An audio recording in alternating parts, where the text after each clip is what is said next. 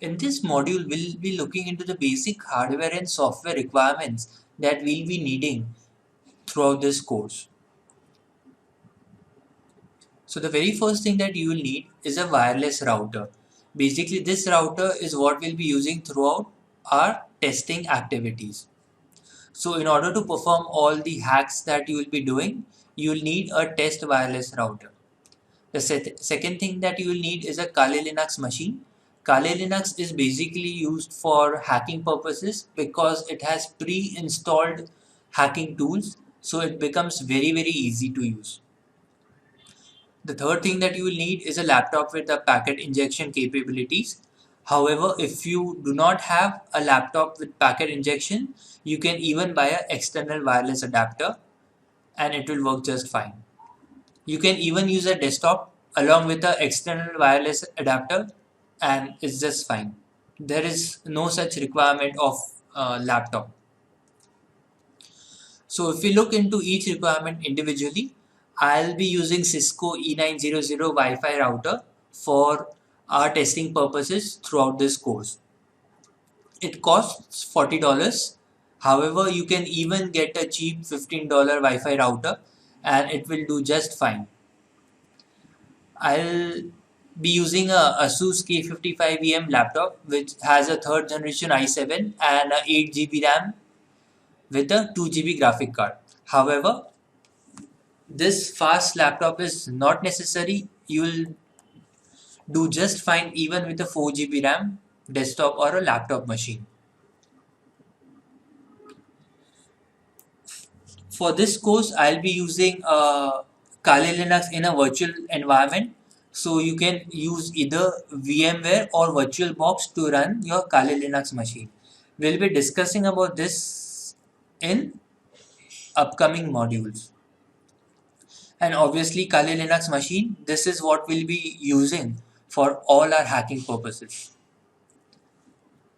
This is our external wireless adapter. It costs just $15 and it is one of the cheapest adapter available in the market. The benefit of this is that you can use it even in the virtual environment. So let me minimize this presentation and let's look into the requirement in much more greater details. So I'll minimize the presentation and let's understand each requirement in greater detail.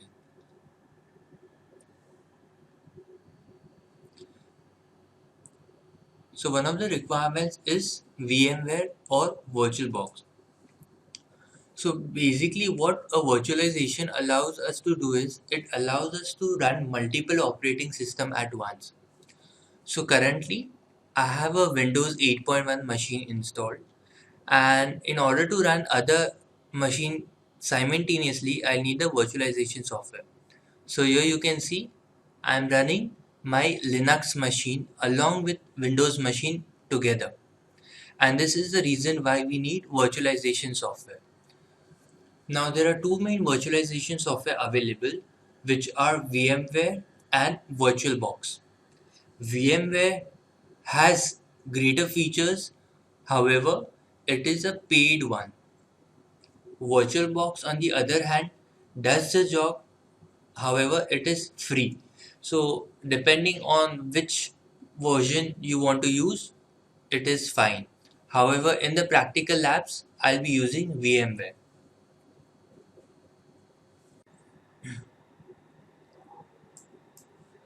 And let's go to the website. So it's virtualbox.org, and if you want to download it, go to the downloads section and you can download the respective version. VirtualBox is there for Windows, OS X, Linux as well as Solaris. So depending upon your architecture, you can download it. The one that I'll be using is VMware Workstation 10. It is much more better than VirtualBox, but as I said, you'll have to pay for it. So it's your choice on which one you want to use. You can even use the 30 days trial version in case you want to try it out.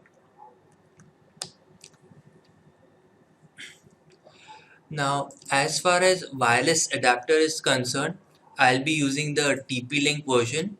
It's W722N, TLWN722N, and this is what I'll be using for my virtual machine.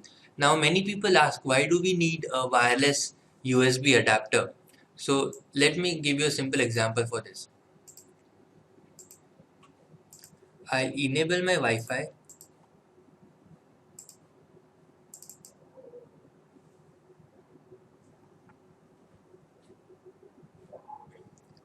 And here you can see that I am able to see the available networks. Now the problem is these wireless connections are not available inside the virtual machine. So if you look over here, there are no wireless connections available over here. And this is a problem with virtualization. Directly, you cannot have wireless from the host machine, which is my Windows, inside the virtual machine. But the problem is I have all my wireless hacking tools inside the virtual machine. So I need some way to have my wireless hardware connected inside this virtual machine. And this is the reason why we'll be using the TP-Link USB adapter. What it will do is it will give me wireless access inside my Kali Linux machine. So here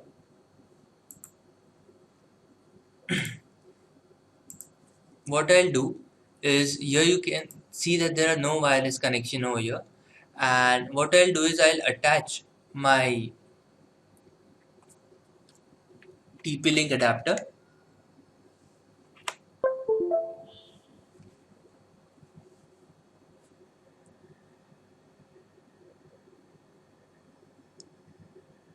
and I connect to my virtual machine.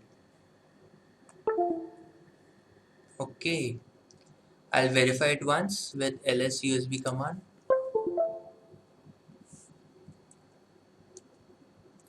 and here you can see that the TP-Link wireless adapter is connected. So once again, if I'll search, you can see there are a lot of wireless connections over here. So now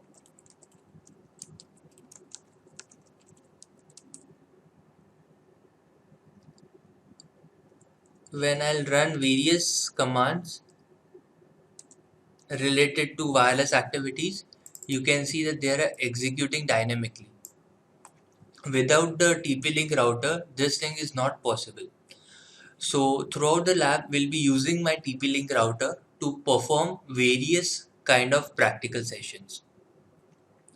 It is a $15 USB adapter, so not very expensive, and I believe that everyone who really wants to learn wireless security can afford it.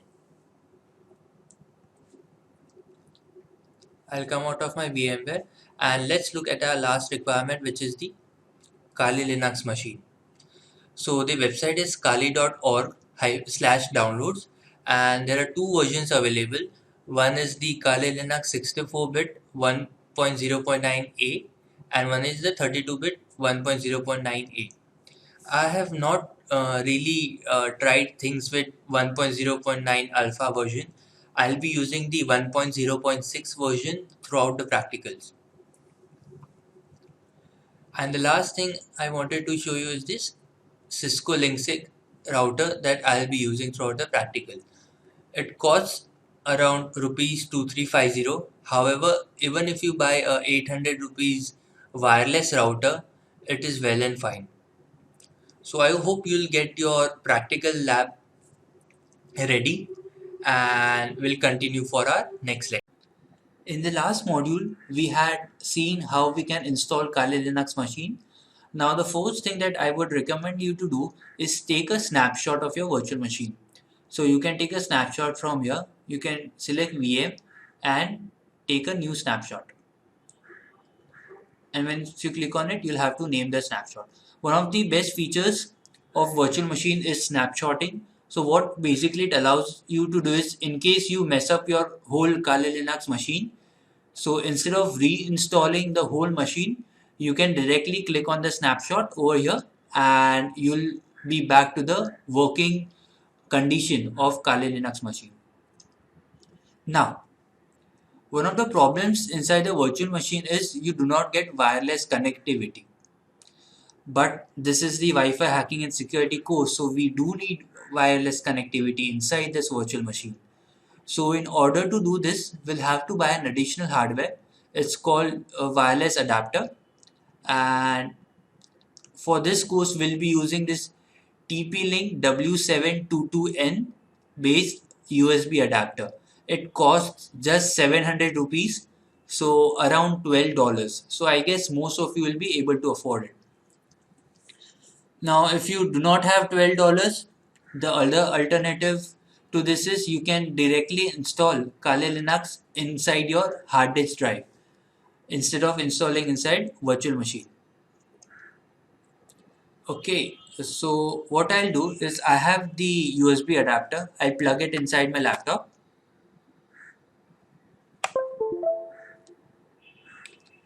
Once I plug it in order to verify,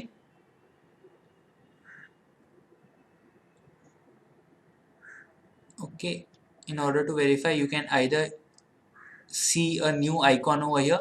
It says Atheros USB 2.0 LAN. So this is basically the USB Wi-Fi adapter. What you'll have to do is you'll have to click on here and here you'll have to click connect. Now it has automatically connected. So what I can do is I can either disconnect and connect it back again.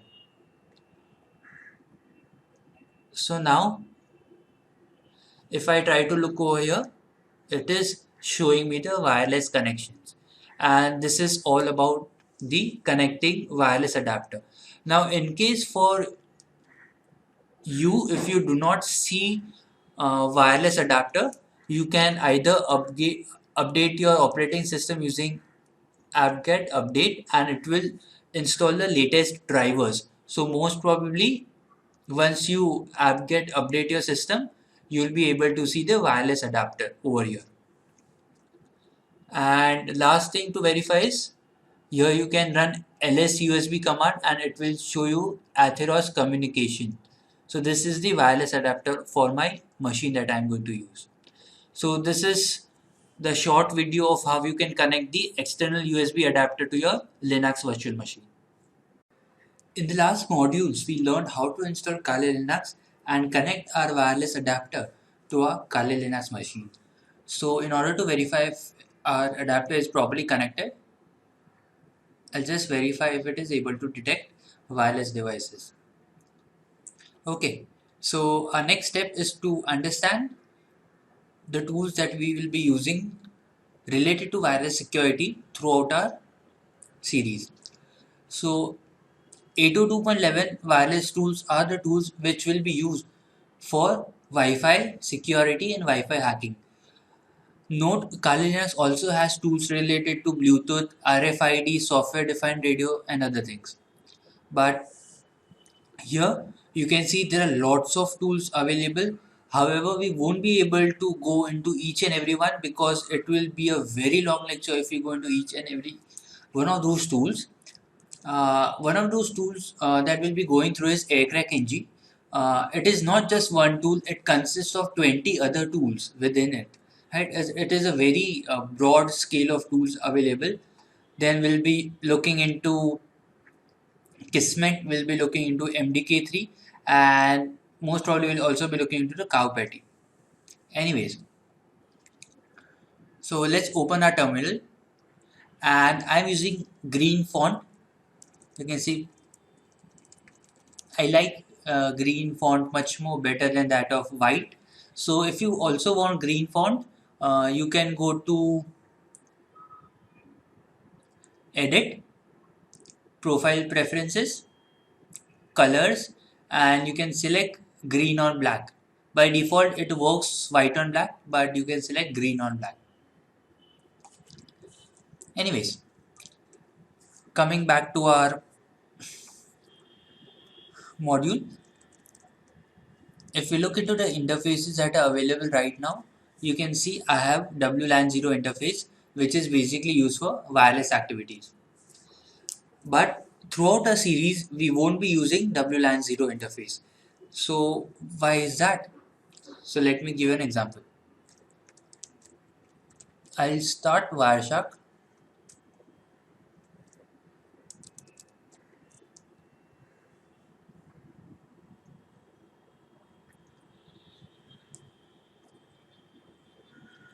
and I'll use WLAN 0 interface, and I'll select the packet capture. And here you can see it is not capturing any packet, because by default WLAN 0 interface works on the IEEE 802.11 based stack, which is old.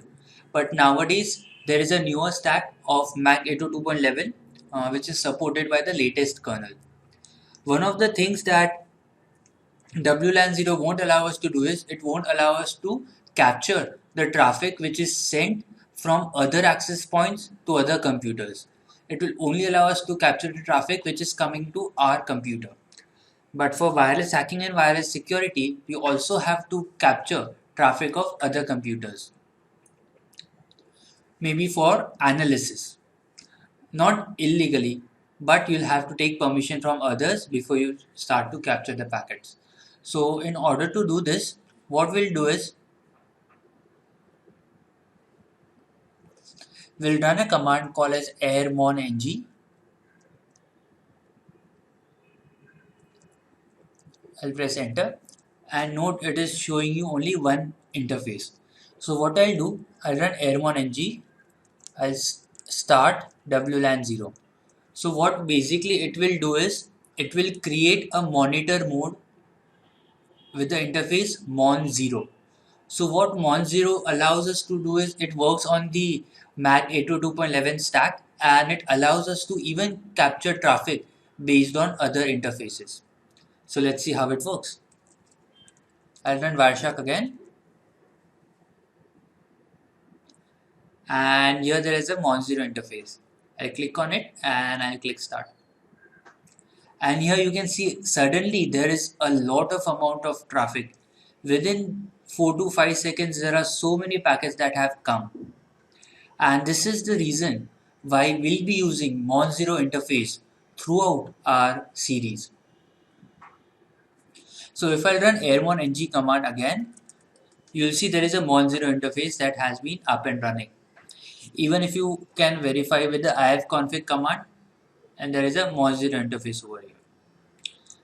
Now, when I had started the mon0 interface with this command, it gave a warning saying these three processes might create trouble in our security practicals. So what we will do is we will kill all these three processes. By kill I mean we can stop it. So I'll run airmon-ng, I'll do check, and it will show me the processes that can create trouble during the practical session. So I'll do airmon-ng, airmon-ng, check, kill. So what this will basically do is it will kill all the processes that can hamper our practical session. So we learned the basics about airmon-ng. Now let's start with the basics behind aerodump-ng. Aerodump-ng, basically it will allow us to see the nearby Wi-Fi's in our vicinity. So the command is airmon-ng followed by the interface, and we'll be using mon0 interface. I'll let it run for a few seconds, and in order to stop it you can press Ctrl C. Now let's see what it has done. Basically here ESSID denotes the name of the Wi-Fi which are available. This is the encryption scheme used by Wi-Fi. So you can see here it's using WEP. Rest all the three are using WPA2 encryption. You can see the channel in which the Wi-Fi's are running. So 2 wireless devices are running on 1 and 2 are running on 7 channels. You can see if there is any data that is being exchanged, and here you can see these Wi-Fi's are idle. So maybe the owner have gone out of the office. This is the power related information, and this is the MAC address of the particular router. So what I'll do is I'll start my Cisco router, and then we can connect to it via AeroDump ng. So I've started my Cisco router, and let's wait for a few seconds. So I'll clear the screen with the help of clear command, and I'll type AeroDump ng followed by the Monzero interface.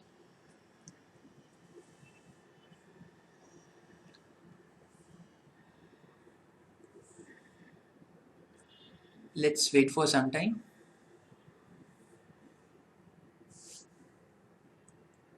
Okay, lots of wireless devices detected. In my vicinity, there are hundreds of wireless devices. So if you really have a powerful antenna, say 1 watt, you can literally detect like 100 plus Wi-Fi devices. Anyways, so here you can see there is a device called as Cisco, which is using WPA2 encryption, and this is the MAC address. So the problem with AeroDump command that we had typed earlier was it basically shows data related to all the Wi-Fi devices which are available. Now what if I want to just lock on to only one Wi-Fi devices, right? So if you're doing penetration testing on say only one device, then you do not need information of all the other devices. So in order to lock on to particular device, what I'll do, AeroDump ng hyphen BSSID. BSSID is basically the MAC address of the particular router. So here you can see there is a field called as BSSID, and I'll copy this particular field.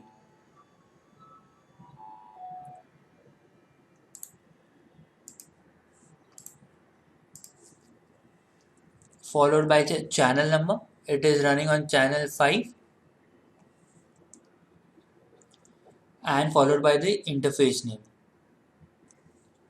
And once I do that, you can see over here it is giving me information specific to the Cisco router. It is not showing me any information related to the other Wi-Fi devices. Though, so this is what I wanted to show you. We'll be running more commands related to the Aircrack ng suite. We have covered Airmon ng, we have covered Aerodump ng. There are a lot of commands like Aircrack ng, Airlib ng, etc. So for our practical session, these two commands is what I wanted to show you, and I hope you practice these two commands because we'll be using these two commands a lot in our future practical nuggets. Thank you very much for watching. In this module, we'll get ourselves familiar with the packet capturing. Now, let's understand how ordinary user perceives the internet. So when he types google.com in the browser, google.com opens for him and he starts working. This is what normal user perceives.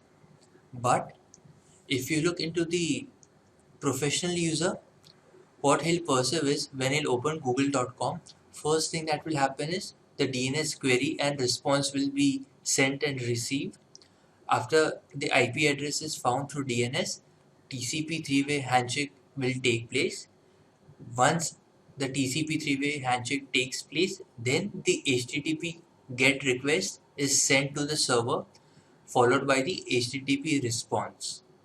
In the HTTP response, you'll have the code for the web page, and the browser will translate the code, and then google.com will open in your browser. So you see there is a great difference between the understanding of the normal user and that of the professional. So what I'll try to do is we'll try to be into this scenario of professional user. And what packet capturing will allow us to do is it will allow us to see all these minute little things which normal browser does not allow us to do. And this is what we'll be doing throughout the course so that we can actually understand things in much more better way. So I'll minimize the presentation and we'll start with our packet capturing. I'll open up my Kali Linux virtual machine. I hope you have your Kali Linux machine up and running. We had already discussed this on our last practical session. Now there's a software called as Wireshark. What Wireshark allows us to do is it allows us to capture all the packets. I'll show you an example.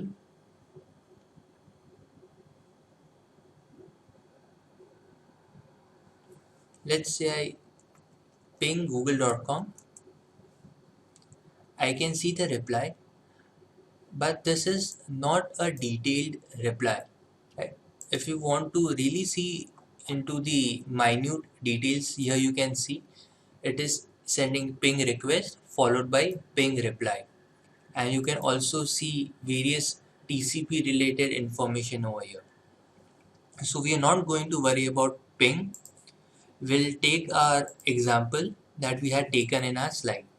So I'll open google.com, and before I press enter, I'll start my Wireshark packet capture again,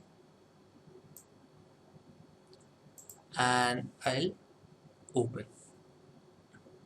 Now google.com has loaded, and here you can see there are a lot of packets available. So this is what ordinary user will see. This is what professional user will analyze. So let's see what happened. Very first thing, you can see there is a DNS query followed by the DNS response. After DNS took place, there is a TCP three-way handshake. This is SYN, ACK, and ACK. This is the three-way handshake that took place. After the three-way handshake, there is a GET request to the google.com website, and then the web page is loaded. So you see, once you start packet capturing, there is a lot of details that you will be able to see which normally one cannot see. And this is the reason why we'll be using packet capturing throughout our course, because it is not just about typing commands, it is about understanding on what is happening behind the scenes. So I'll give you one more example of packet capture. I'll close my browser and I'll start the monitor interface.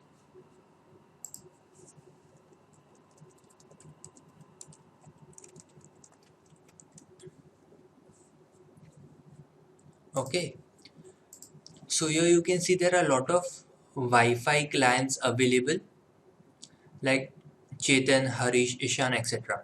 So this is what we are seeing from outside, but from the inside, from that I mean from the packet level, we do not know what exactly is happening. So let's analyze what happens behind the scenes. I'll start the packet capture again.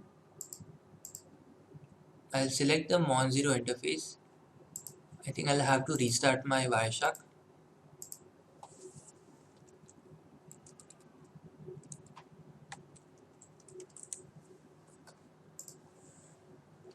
And here you can see Monzero interface. I'll start the Monzero interface and I'll stop it. Let's take this example. So here you can see there is a Wi-Fi called Amisona. Now this is the beacon frame which is related to that particular wireless device. So if we analyze that beacon frame in detail, this is the address of the Wi-Fi from which the beacon frame is coming from, followed by various different things related to, let's say, you have the capabilities information of the wireless device. I'll minimize this, and here you have the SSID parameter, and SSID is basically the public name for the wireless device. Next to the SSID parameter, there are various supported rates, which is 18 Mbps, the channel version, and lots of other information related to the wireless device. If I minimize this, all we could see over here is the name of the Wi-Fi. But if we go into the packet capture, we could see various information related to the beacon frames, the supported rates, and so many other things. And this is what and why we'll be using packet capturing for. Wireshark is an amazing piece of software with a great number of features available. There is also a command line utility called as TCP dump, which can be used for packet capturing. So I hope this basic concept behind packet capturing has been clear for you. And with this, we'll close our module session for today. Thank you. Hi, welcome to the Ultimate Wi-Fi Hacking and Security series. My name is Zeel, and in today's module, our topic for today is understanding and hiding SSIDs. Now, this is the first topic that we'll be learning in order to understand wireless networks in a greater detail. SSID, in a very simple term, means a public name for your wireless router. So, let me give you a simple example. If I scan for Wi-Fi devices in my vicinity, I can find that there are around 10 to 15 wireless devices that are being detected. Each device is associated with a unique name. So I have Cyberspice, I have MTNL, I have Ishan, Radhika, etc. So this name which associates a Wi-Fi is called the service set identifier. So effectively, Cyberspice is linked with a particular router. So the Cyberspice is the service set identifier of that particular Wi-Fi device. So let me give you an example. So suppose this is my Wi-Fi device and I name it CW. So effectively, CW acts as a service set identifier or SSID for this particular Wi-Fi device. SSID names can be made up to 30 characters long, 32 characters long, and are case sensitive. So the question that comes is, how can a mobile device or my laptop know that there is a Wi-Fi in the vicinity? So let us understand the beacon frames in much more detail. So whenever you turn on your Wi-Fi, it starts sending packets, or in technical terms we can say broadcast and beacon frames all over your vicinity. So once you start scanning for wireless devices, what your mobile will do is it will capture one of the beacon frames and it will extract the information of the beacon frame, and it will present to you a nice list of interface of how many Wi-Fi devices that are available in your vicinity. Let me give you an example for this. So when I scan for the Wi-Fi devices, I can see so many Wi-Fi devices that are available. Now, how can my laptop know that there are so many Wi-Fi devices available? The reason is because my laptop is able to capture the beacon frames that are being transmitted from the Wi-Fi router and is able to capture and decode the information from the beacon frame. So if we want to see beacon frame in great detail, here is a packet capture.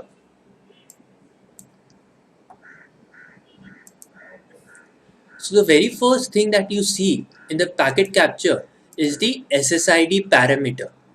So as we have seen earlier, SSID stands for service set identifier and is a public name for your Wi-Fi router.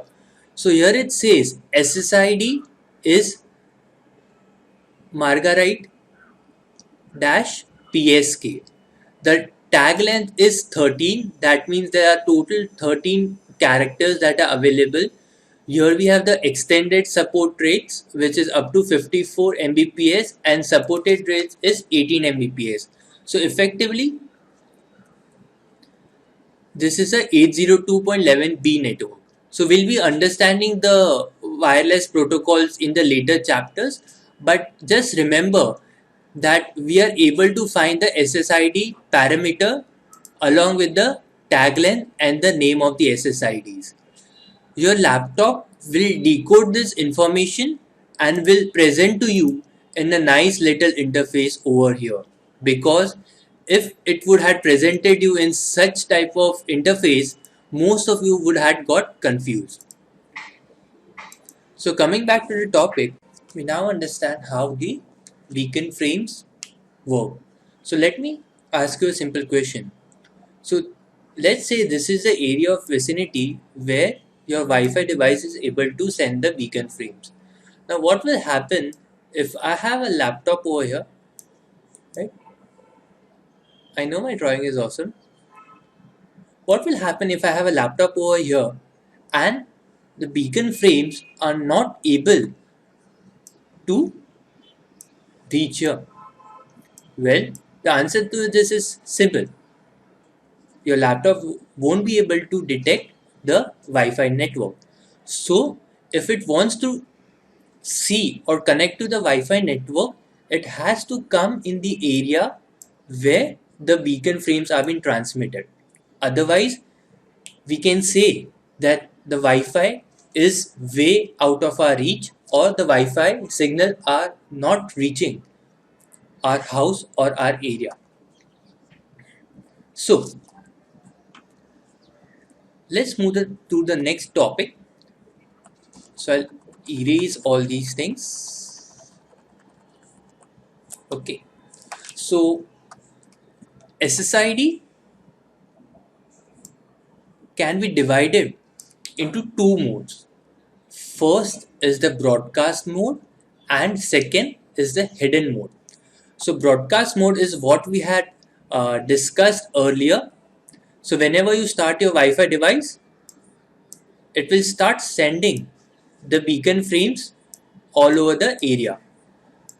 And this is what we call as the broadcast mode. It will broadcast the beacon frames all over the area. The second type of mode is what we call as the hidden mode. In hidden mode, what will happen is when your Wi-Fi router starts, it won't send any beacon frame over the area. So that means that there is in a way no way for the mobile to know the presence of the wireless router in a particular vicinity. So let me give you an example. So CyberSpice is one of my Cisco routers, and the reason my laptop is able to detect CyberSpice is because my SSID is in the broadcast mode.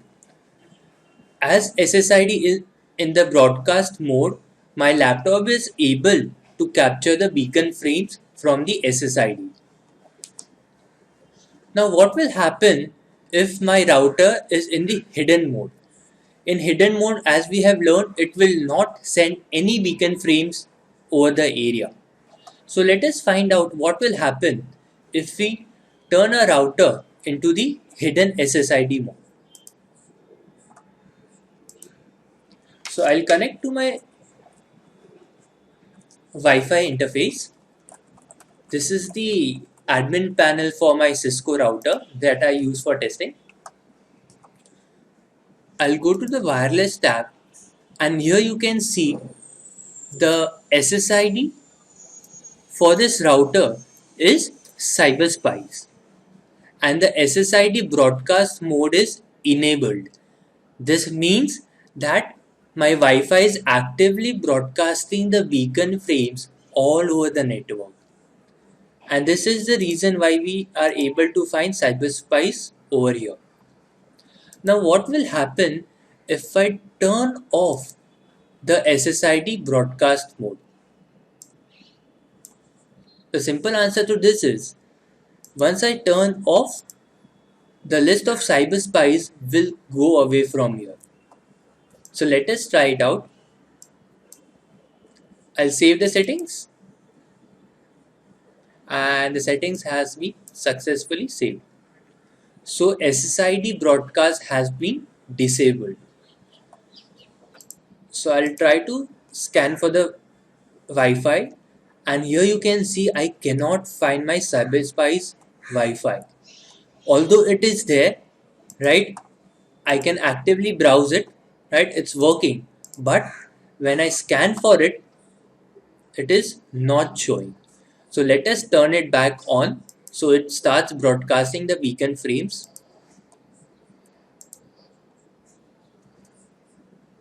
So after we have turned it on, we'll find cyberspice right over here again. So let's come back to our slides. So hiding the SSIDs is considered as one of the security mechanisms which corporate companies use. They basically turn off the SSID broadcast mode, so whoever tries to search for Wi-Fi devices in the company, they simply cannot find any Wi-Fi devices, even though there is a Wi-Fi device. We have seen many companies, they just turn off the SSID broadcast mode to disable, and they assume that their Wi-Fi will remain safe. And the answer to this is very simple. It is just similar to the picture that you have seen. It is very easily possible to detect Wi-Fi's even though the broadcast mode is set to disabled. Now, not many people know how exactly to do it, and this is one of our aims in this modules. So in the next few lectures, we'll be looking into how can we detect Wi-Fi's whose broadcast mode is disabled. So I hope this lecture has been informative for you, and I would like to thank you for viewing. So in this practical session, we'll be looking into how we can bypass the SSID broadcasting mechanism. So we'll search for the available Wi-Fi's in my vicinity. And here you can see there is a Wi-Fi with the SSID Zeal. Now the first thing that we'll do is we'll open the Internet Explorer and go to the router setup page, and we'll disable the SSID broadcast. The username is admin, password is admin, okay. And I went to the router setup page. I'll go to the wireless tab, and here you can see the SSID broadcast is enabled. So I'll set it to disabled, and I'll save the settings. Now to verify if the broadcast has been disabled, I'll just re-verify it again. I'll have to reset my adapter, wireless adapter. It seems to be creating a lot of problems nowadays. I'll disable it and enable it again. And let's see if we can find the Zeal network available. And here you can see Wi-Fi with Zeal SSID has been gone from the Wi-Fi list.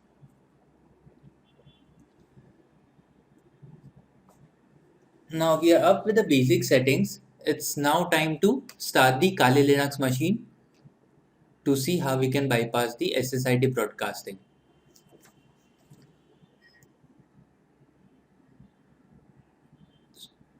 So we'll have to take the remote session to my other laptop which is running the Kali Linux machine. The IP address is 192.168.1.2, and I'll connect. Due to network lag, there will be a bit of delay, 10 to 15 seconds. I said again, the reason why we are using two machines is because one is used for recording and one is used for hacking purposes. So my Kali Linux machine is on. I'll do a full screen and let's start the session. I'll run Airmon NG and you can see I have both WLAN 0 as well as Mon 0 interface available.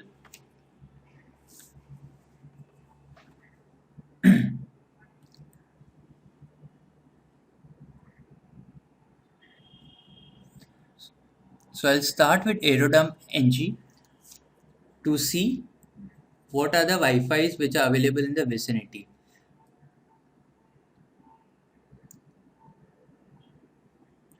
I'll do Control C and we are interested with the first Wi-Fi which is available. As you can see, it is showing length colon 4. The reason why it is showing is because it is hidden. So length is 4 for Zeal SSID, as you can see, ZEAL 4 characters, and as the broadcast is disabled, it's 4. So I'll start the Aerodump NG on the channel 1 where my Zeal SSID Wi-Fi is running. And there seems to be a lot of Wi-Fi's in channel 1.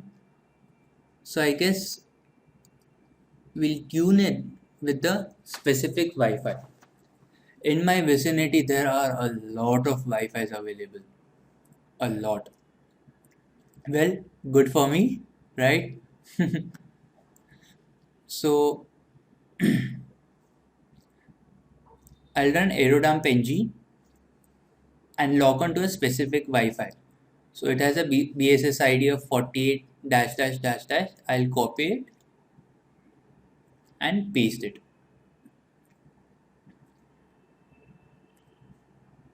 Oops. Followed by the channel number. It's running on 1 and interface Mon 0. And as you can see, it is not showing the SSID. So in order for us to see the SSID, it is important that some client connects to the Wi-Fi router. So I'll use my mobile and I'll try to connect it to the wireless router. So mobile is a genuine user who knows the SSID of the router.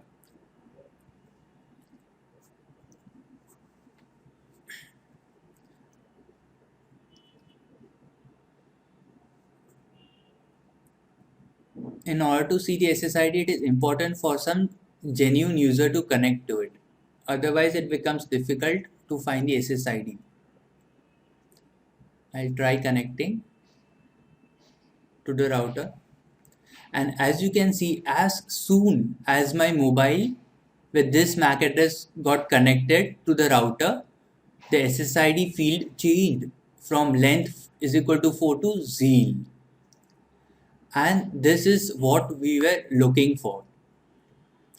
Alternatively, we can also run AirPlay NG deauth if there was already a client session available. In our case, we connected the client after we started sniffing the packets. So there was no need to run the AirPlay NG. But anyways, it's fine. So this is all about SSID bypassing. Please remember, it is always important that there should be one client that should be connected to the wireless access point at a given instant of time.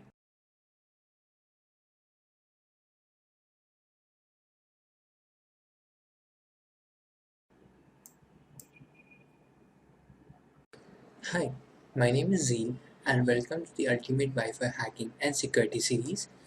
Today's lecture will be understanding media access control in greater detail.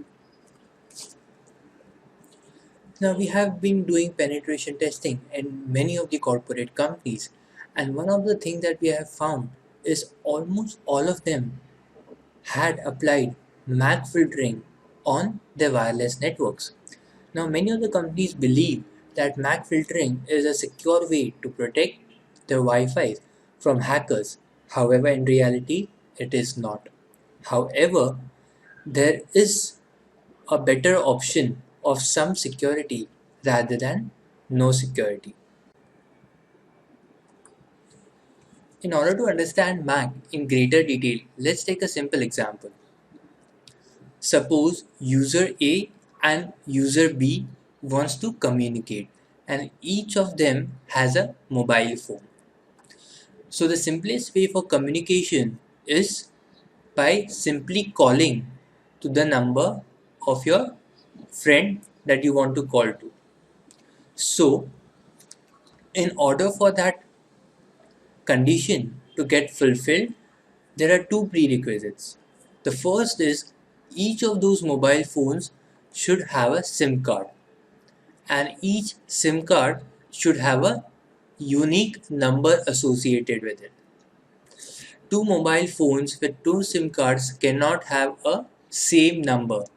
Each mobile phone number is always a unique one, and I hope you know this.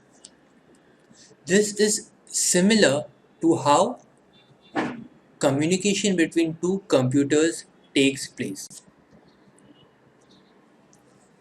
So let us understand how a local computer communication takes place. So let's say this is computer A and this is computer B, and there are total 7 computers attached to a single network. So if a computer A wants to send a message to computer B, it has to make sure that that message should not be reached or be accessible by all the other computers except the computer B. This is similar to the mobile phone analogy. So suppose you send a SMS to a mobile B, your service provider should make sure that no other mobile number except that of the number of user B should be able to receive that message.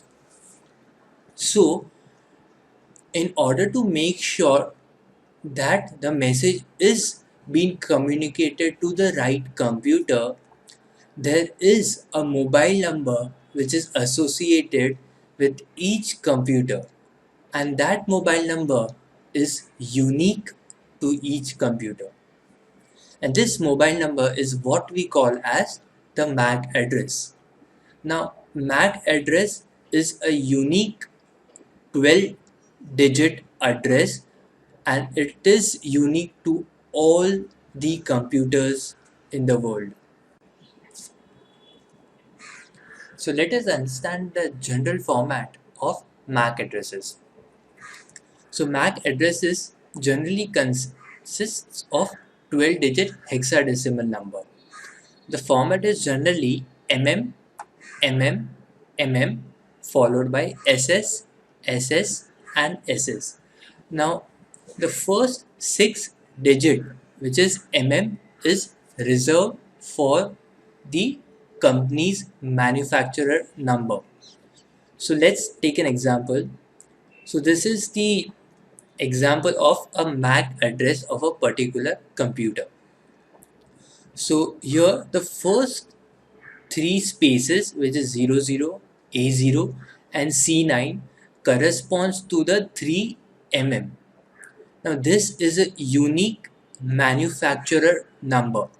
So this number might be same for all the adapters based on a company, maybe say Intel.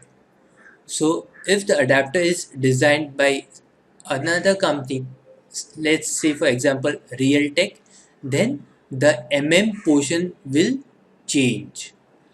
Each manufacturer has a unique mm portion associated with it. However, the SS portion is the serial number which changes. So let's say for example there are two computers with Intel based NIC card. So as it is a Intel, it will have the same digits. However, the SS digits of both the computers will change. So let us understand it in much more clearer way. So in the second column you can see all the list of wireless networks that are available in the particular area, and corresponding to each wireless network there is a corresponding MAC address associated with it.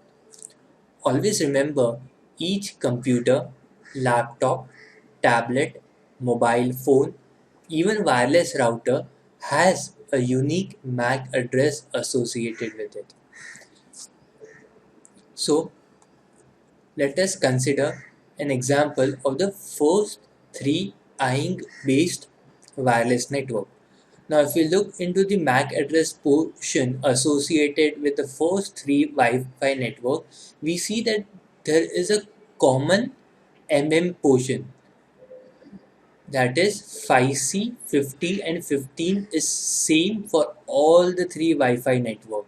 So from this we can conclude that all the three routers are from the same manufacturer because the manufacturer ID is same. However, if we look into the serial number, each of them has a unique and different serial number. First one ends with 71, followed by 7E, followed by 7F. That means if we want to communicate with ING, we can send message on this unique number, and the networking will make sure that this message won't be delivered to the second address because the last bit is different. Similarly, if we consider ING with Mento, here we can see that the first three columns 5C, 50 and 15 is different from that of 68, VC and OC.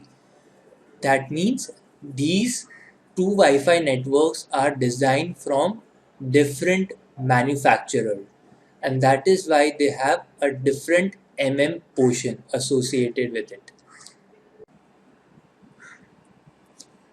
So how can I find the MAC address of my particular computer?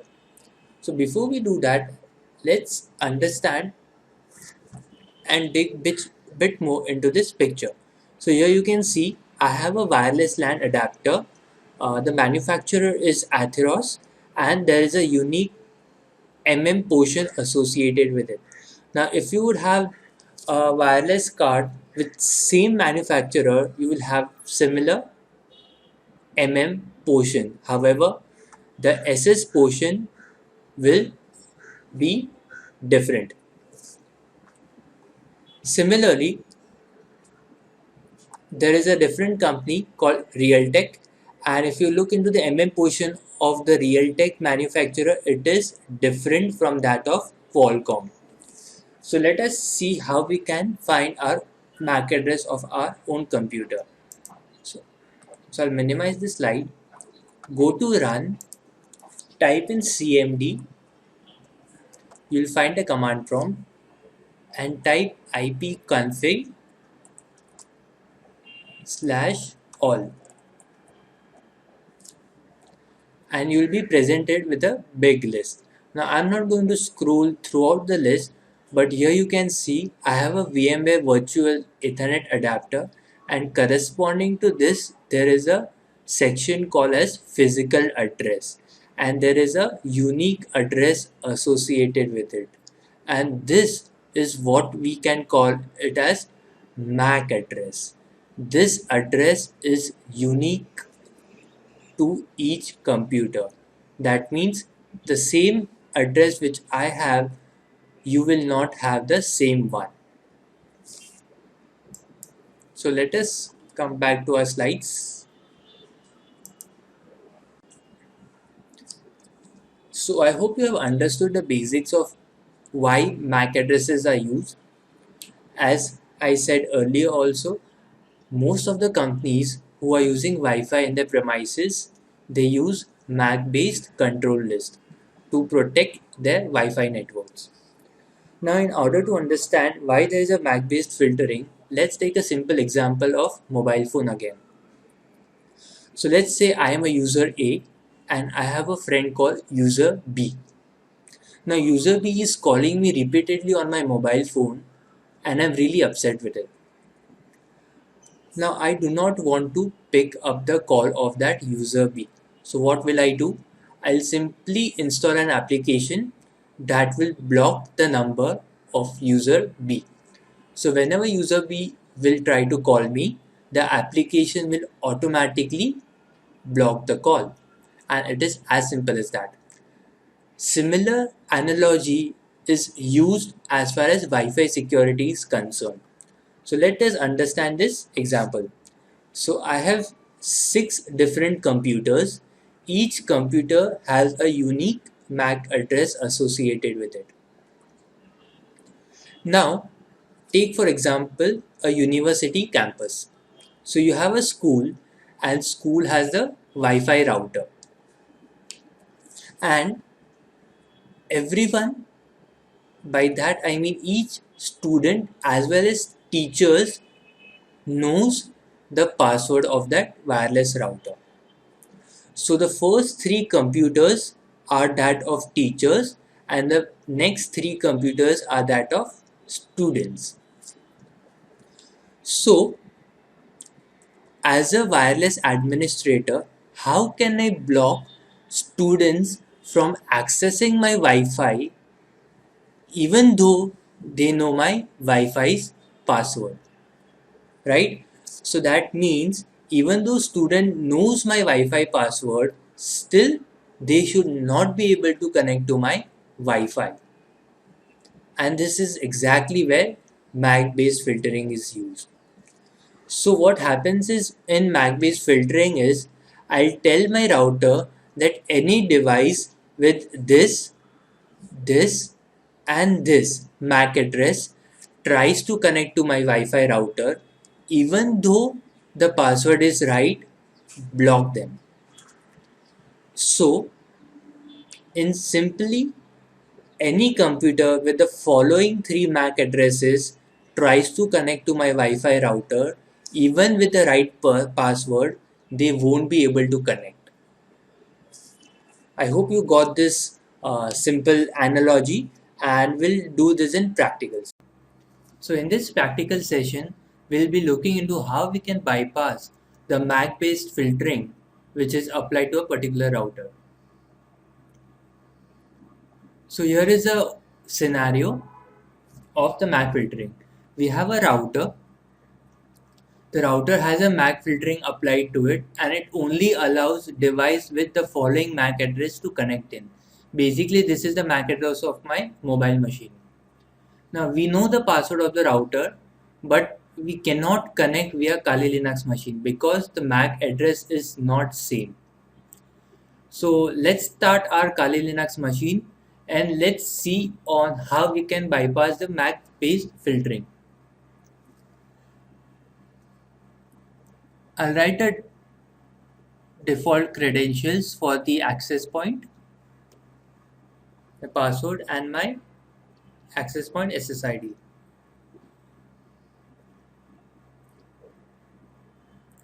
I'll try to connect to the access point via my Kali Linux machine and let's see if it gets connected. Do remember the password which I had typed is the correct one.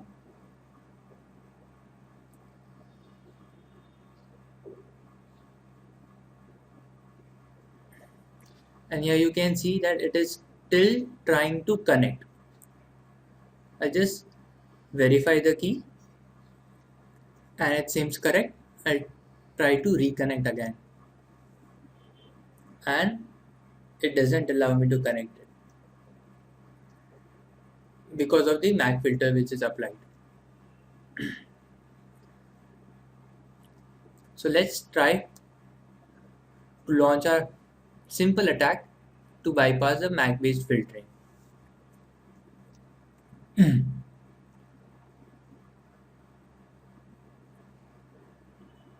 to cancel. I'll open a new tab and let's run AirmonNG to see the available interfaces. So we'll start the WLAN 0 interface and we'll have a Mon 0 interface connected. We'll re-verify and Mon 0 is up and running. Now we'll run the aerodump ng command to see the available Wi-Fi in the vicinity.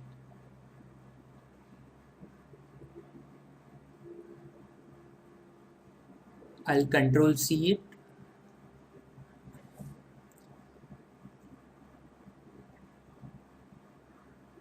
And this is the Wi-Fi which you are interested in. So I'll run the aerodump command specifically to that Wi-Fi so that we can see all the details related to it. So we'll enter the BSS ID followed by the channel number. It is running on channel 1 and Mon 0 interface. So you can see there is one client station connected to it. Basically this is my mobile with this following MAC address connected to it. Except this, no one else is allowed to connect via MAC based filters. I'll open the new tab and the simple solution is to change the MAC address to that of the mobile machine. So I'll turn down my Mon 0 interface.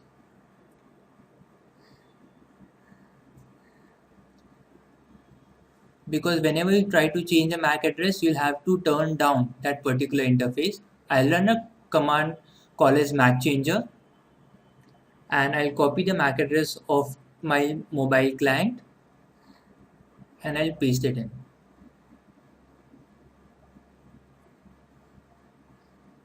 So you see, it shows the current MAC address followed by the new MAC address assigned to the Mon 0 interface. I'll start the Mon 0 interface again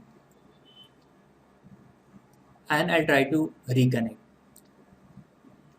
However, it won't connect because whenever you try to connect to a wireless device, it will use the WLAN 0 interface and not the Mon 0 interface.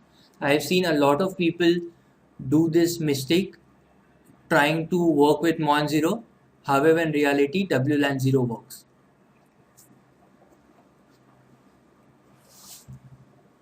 So you see, even though we have changed the MAC address to that of mobile client, it is still not connecting. So what I'll do, I'll turn down the WLAN 0 interface and I'll change the MAC address of the WLAN 0.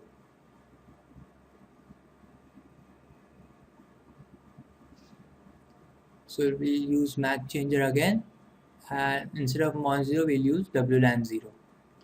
We'll turn up the WLAN 0 interface again and now when we'll try to connect, it should be connected and it's connected. So important thing to remember, we should know the list of permitted clients which are allowed to access the router via the MAC address filtering. Otherwise, we won't be able to connect to it. So I hope this video has been informative for you and I would like to thank you for viewing. Hi, welcome to the Ultimate Wi-Fi and Security series. My name is Zeen and today we'll be understanding the basics about wireless networking. So let's understand wireless protocols in a bit detail. So in the left hand side you can see there's a laptop which has a built-in Wi-Fi capability and here we have a access point. Access point you can also say as a router or a Wi-Fi. So whenever a communication has to take place between a client and an access point, it generally follows one of these three protocols. The first is WEP, which stands for Wired Equivalent Privacy.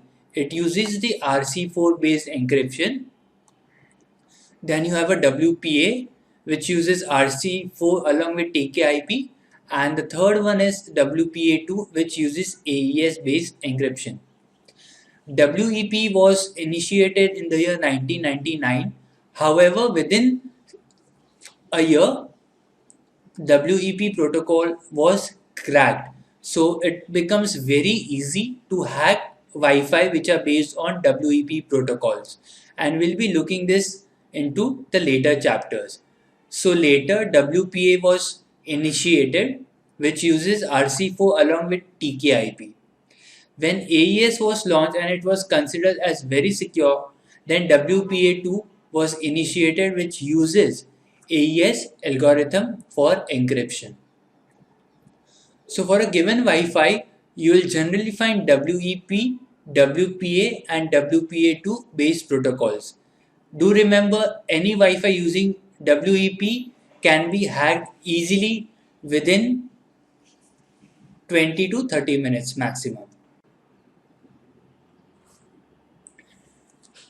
So in this slide, we'll understand the basics about frequency. So you must have worked with radio. So radio can go into a particular frequency, and depending upon the frequency, you'll be able to hear the songs. So you have 98.3, you have 91.1. So if you tune in your radio to 91.1, it will play the songs which are running on that frequency. If you go to 98.3, it will play the songs which are running on those frequencies. Similarly to for Wi-Fi, wireless device also operates into a particular frequency band. Mostly it is 2.4 GHz or 5 GHz band. Many people are confused on the difference between 2.4 and 5 GHz band. So in a very simple way, most of the Wi-Fi devices works on the 2.4 GHz band.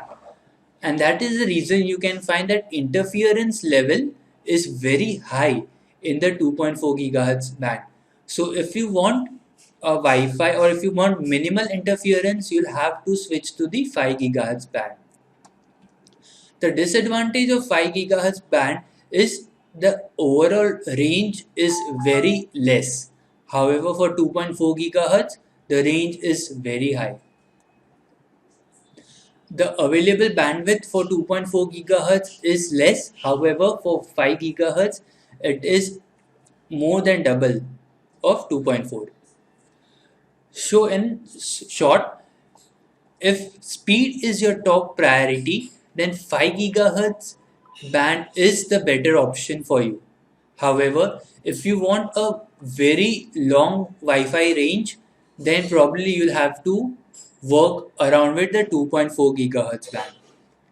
Specifically in cities where there are a lot of Wi-Fi available in the neighborhood area, similar to mine, it is ideal to operate into the 5 GHz band.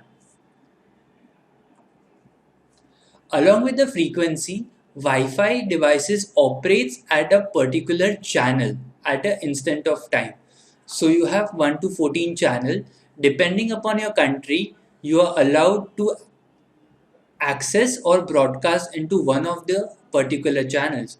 So you can say if you turn on your Wi-Fi, it can work with 2.4 GHz band and it might run on channel 5 or maybe on channel 8. So if you look into the difference, it is not a great difference. So 2422, 2427, however the channel is different.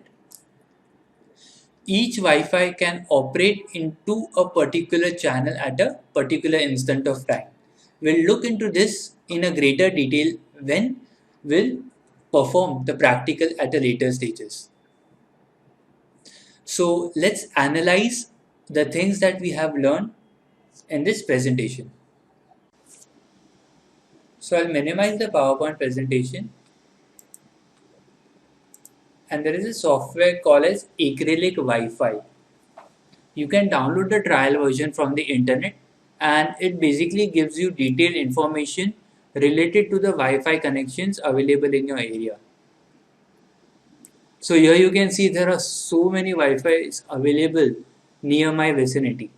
In a way it is good, but it is also bad due to lots of radiations available. Anyways, So the first column that you see is the SSID field. SSID basically stands for the name of your Wi-Fi device. So you have MTNL, Vijesh, Triton, Ajit, etc. etc. So SSID is the name of your Wi-Fi device, and you can see there are so many SSIDs which are available. Next to SSIDs is the MAC address. We'll be talking about MAC address in greater detail in the next lectures. Followed by the MAC address is the signal strength quality of the available Wi-Fi devices. So most of the wireless devices do not have a great signal strength, but some of them with full green indicator do have it. Next is the channel number. As we had discussed, each Wi-Fi stays at a particular channel at an instance of time. So you can see you have channel 10, you have channel 11, you have channel 4, you have channel 6, etc. etc. One of the performance enhancement technique that I can tell you is most of the Wi-Fi's by default chooses channel 11 as the default channel. So you can see you have many Wi-Fi's running on channel 11, and this is the reason why there are a lot of interference as far as channel 11 is concerned. So the best practice I would say is not to hop into channel 11, but you can use other channels if possible. Next thing for our interest is the wireless protocols, which are WEP, WPA and WPA2. This is the thing that we had discussed, that there are three wireless protocols which most of the Wi-Fi uses for communication, and here you can see there are a lot of web-based devices.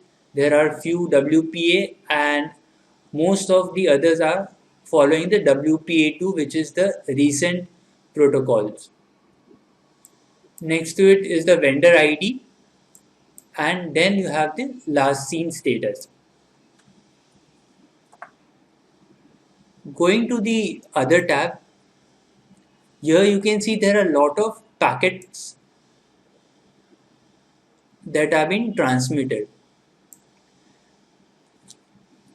These are basically a beacon frames. Beacon frames is, in very simple terms, is used by router to tell the Wi-Fi clients that I am available in the vicinity.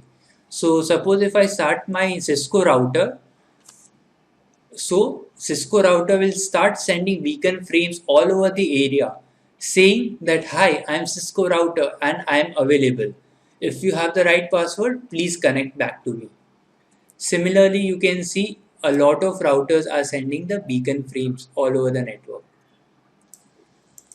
So we'll be looking into this in a great depth with a new tool called as Kismet. Kismet runs in Kali Linux, it does not work in Windows. So with this we'll end today's module. This is a very short module, and the details about the tiny little stuff like SSID, MAC addresses, etc. is what we'll be discussing in the future lectures. So I hope this video has been informative for you, and I would like to thank you for viewing. In this module, we'll be looking into how web-based encryption can be cracked. So when Wi-Fi was first developed and launched in the market, security was not the major concern, because during that time every device was connected via wired interface. So when wireless interface was first launched, everything seemed magical because there was no more need of wires. So during that time, researchers had not really focused into the security part. So this was a big problem which arose a few months after web was standardized in the market, because lot of people started to take advantage of no security feature in the wireless networks, and this led to a lot of bandwidth stealing, password hacking, and other things. So, due to all these problems, there was an attempt made to secure the wireless access points. And the very first attempt which was made in order to secure the Wi Fi was called WEP, which stands for Wired Equivalent Privacy, and it was standardized in the year 1999. It basically also introduced encryption into the wireless networks. However, within some time, there were multiple vulnerabilities which were found based on the WEP encryption, and soon WEP encryption was hacked. Although, even though it is hacked, even in 2014, you can see there are 40 to 50% devices which are still using WEP. Well, it is dangerous, but I guess it is good for us because this is what gives us jobs, right? So let's go to the next slide and see how exactly does the cracking takes place. So the basic idea behind web cracking is to capture a lot of amounts of weak initialization vectors. So whenever the communication takes place between the client and the access point along with the data, there is initialization vector that are being sent. The more the amount of initialization vector that we are able to capture, the faster we'll be able to crack the WEP key. Now the problem is, suppose this client is connected to this access point, the easiest way, or I would say the slowest way, is to just monitor the air and just capture all the data which is flowing between the client and the access point. Obviously, this will be encrypted data and we capture as much data as possible. But in order to crack the password from the data, it will take us around 7 to 10 days worth of data capture in order to find sufficient initialization vector which is needed to crack the password. The second way is maybe to generate data packets as fast as possible, because the more the data packets that flows between the client and the access point, the more the IVs will be generated. The more the IVs that are generated, the more fast we will be able to crack the web based network. So in the second way, which is the fast way, we use a way to generate more data packets as fast as possible so that we can generate as much IVs as possible.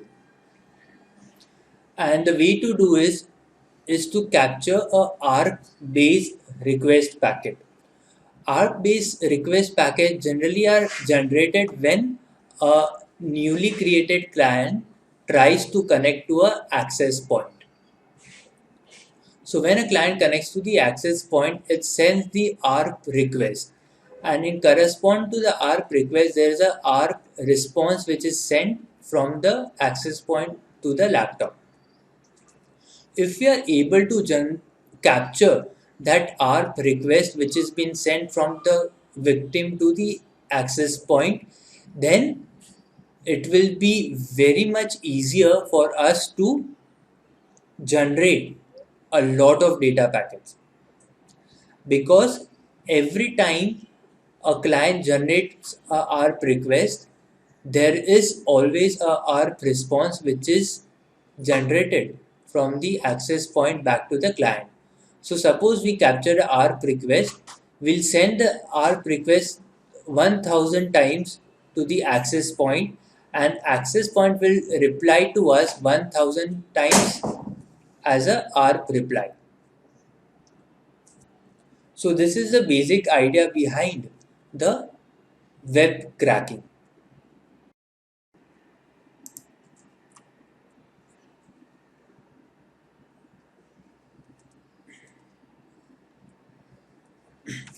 So these are the overall steps for web hacking. I'll just give you a short summary about each of these steps before we start our practical session. So the very first thing that we do is we start our monitor interface. Remember, we cannot work with WLAN 0 interface for Wi-Fi hacking. So we'll have to start a new interface called mon0. And in order to do this, we use a command called airmon-ng start WLAN 0. So what it will do is it will start a new monitor mode interface. Once the monitor mode interface has been started, we scan for all the available wireless devices in our area in order to find which of them uses the WEP based encryption. So Aerodump NG Mon0 will basically search for the wireless devices in the nearby vicinity. The problem with this is it gives you a huge amount of output, specifically if you're living in a highly dense area. So what we do is once we find a particular web-based device, let's say Linksys, we lock on to that particular device. So in order to do that, we use aerodump ng hyphen BSSID followed by the MAC address of the access point running web protocol. Hyphen C is the channel number. So you can see the channel number here, which is 6. It will be different for each of the web-based devices, and followed by the file where the data packets will be written. As we had discussed earlier, we'll have to write the data packets to a particular file, and we can mention the file name over here, which is myhack. This can be a dynamic name as well. So once enough data packets are been written to this file, then we can start the cracking process. So in the step 4, we try to locate if there are any ARP-based requests in the transmission. As said, ARP-based request is mandatory if you want to crack the wireless in much more faster time. So through this command, we'll basically wait and watch if there are any ARP-based requests. If Air Replay is able to capture a ARP-based request, it will take that request and it will send to the access point thousands of times.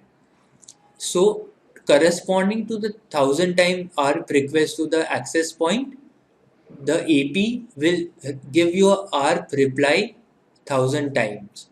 So due to the ARP request and ARP reply which have been sent thousands of times between the AP and the client, there will be a lot of data packets which will be generated. The lot of data packet means lot of initialization vector, and lot of initialization vector means faster the web will be cracked.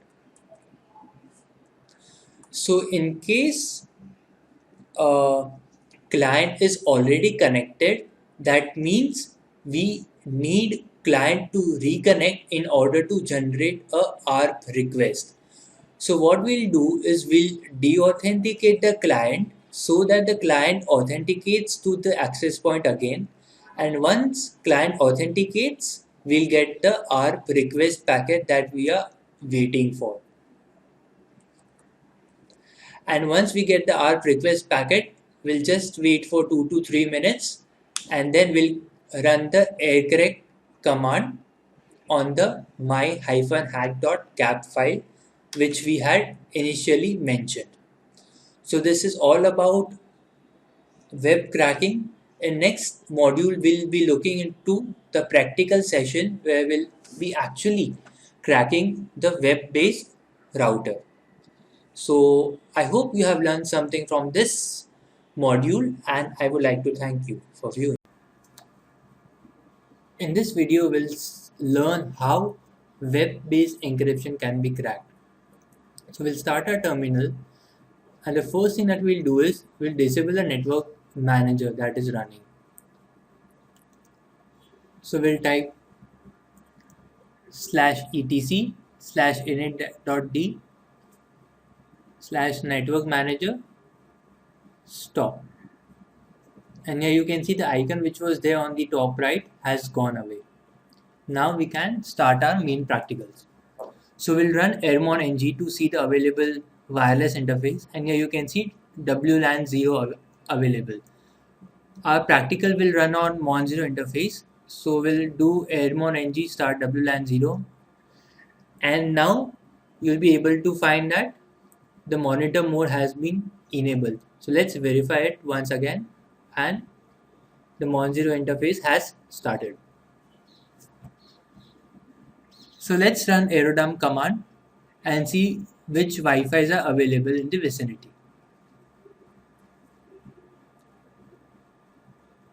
And there are a lot of Wi-Fi's available in my area. I guess I'm lucky.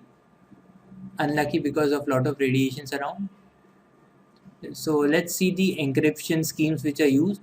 So this is web, and there are so many web devices available around my area. Some of them are open authentication, very simple to log into. So this is our first access point that we'll try to hack. It is based on web encryption. I'll run the aerodump command with the BSS ID of the access point.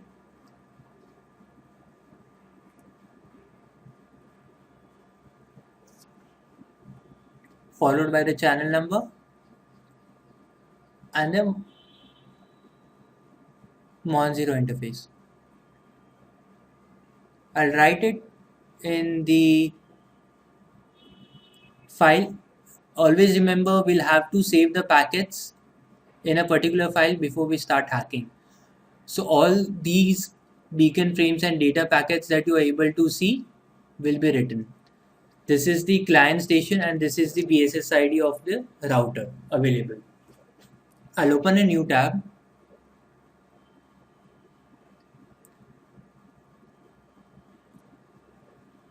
And I'll run the air replay command. I'll copy the BSS ID of the router followed by the BSS ID of the client machine. I'll copy the BSS ID of the client machine.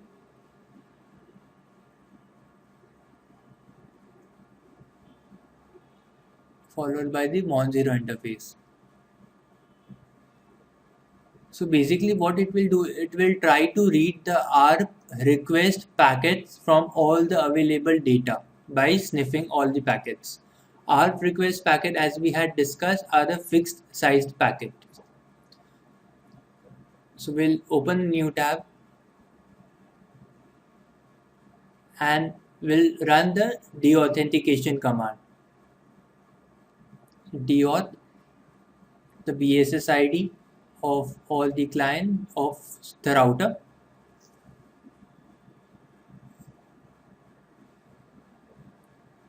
Followed by the Mon0 interface.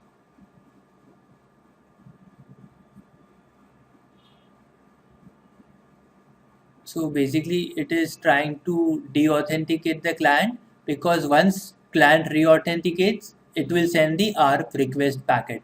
And as you can see, our data rate and the ARP request has suddenly increased. So in short, the more the data packets that we can see, the faster we'll be able to crack the web password. I'll open up the new tab. I'll run the aircrack command. So this is the file my-hack.cap that we had initially mentioned. So I'll run aircrack-ng -z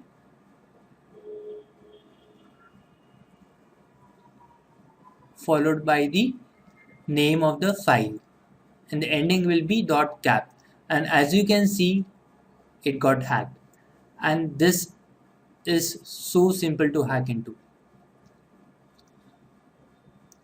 So always remember, never use web-based encryption.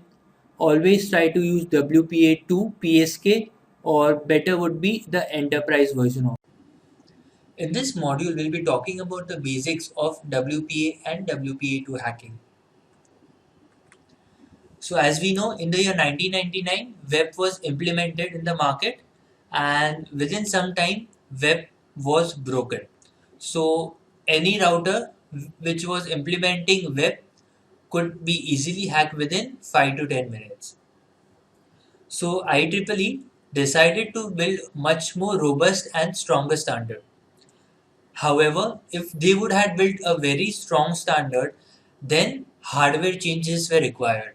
But during that time, lot of people had already bought the web-based router. So what they decided to do is they decided to make a temporary solution which was called WPA.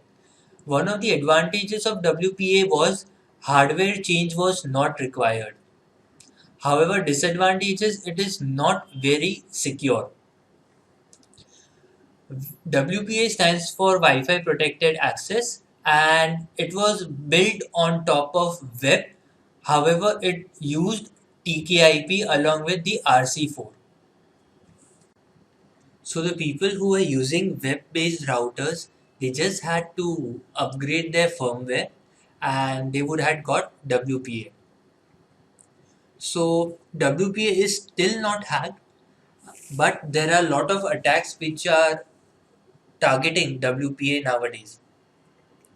So as it was a temporary based solution, after WPA, IEEE built WPA2, which was a long time solution. And this is what we use in most of the routers nowadays. One of the disadvantages of WPA2 was hardware change was required. So all the routers during the old times which had web would need to be changed in order to support WPA2. So all the new routers, they come pre-configured with WPA2. One of the significant changes was WPA2 used AES along with CCMP. So TKIP and RC4 were scrapped and newer and much more better encryption algorithm were implemented. It is considered very secure, and WPA2 nowadays does not have a proper vulnerability through which it can be hacked easily. So one of the ways where WPA2 can be hacked is when a client connects to a Wi-Fi access point, which is based on WPA or WPA2, there occurs a four-way handshake with the router. If we manage to capture this four-way handshake, then we can run a dictionary or a brute force attack on that handshake in order to recover the key file. Now the catch is that we have to run either dictionary or we can also use brute force type of attacks. Now the problem with that is it can take from minutes to even years to crack, and some of them can not be even cracked in a lifetime. So unlike web, where our main focus was to capture a lot of unique IVs which were generated by the data packets. So we were able to do it within 5 to 10 minutes. However, WPA and WPA2 networks works a lot differently. So suppose you have a WPA2 password with 63 characters long, right? Alphanumeric special characters, then it would be virtually impossible to hack that WPA2 based network. So if we look into the computational part, a 25 character password with alphanumeric and possible symbols also might take even hundreds of years to crack. So our only hope is that the client or the victim is using weak password, and that is the only thing that we expect. So if the victim is not using weak password and is using a very strong password, then it would be impossible to directly attack the WPA or WPA2 based networks. In this practical session, we'll look into how we can possibly crack into WPA or WPA2 based access points. So if I go into the setup page of Cisco, you can see that my security mode is WPA and WPA2.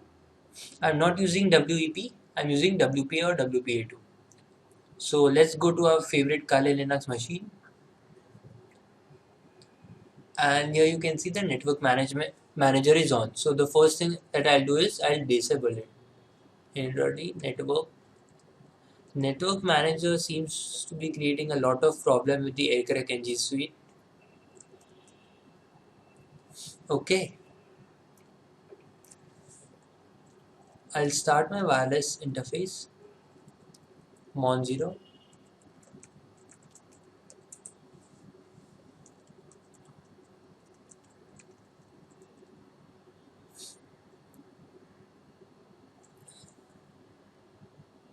Okay, I'll just verify if the Mon0 is up and running, and yes it is. So let's run an aerodump command and see the available virus devices in my vicinity.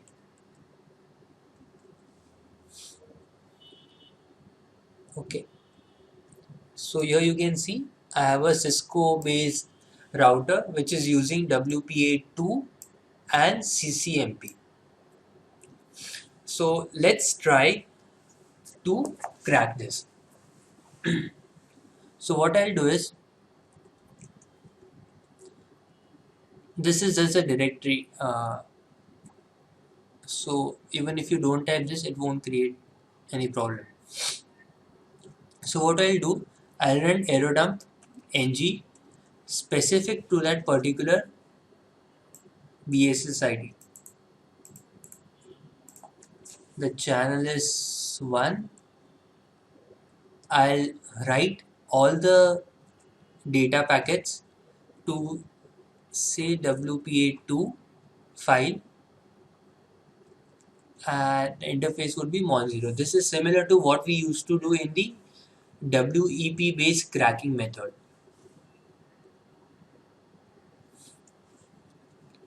So it is sending out beacon frames, and here you can see there are no client associated with it.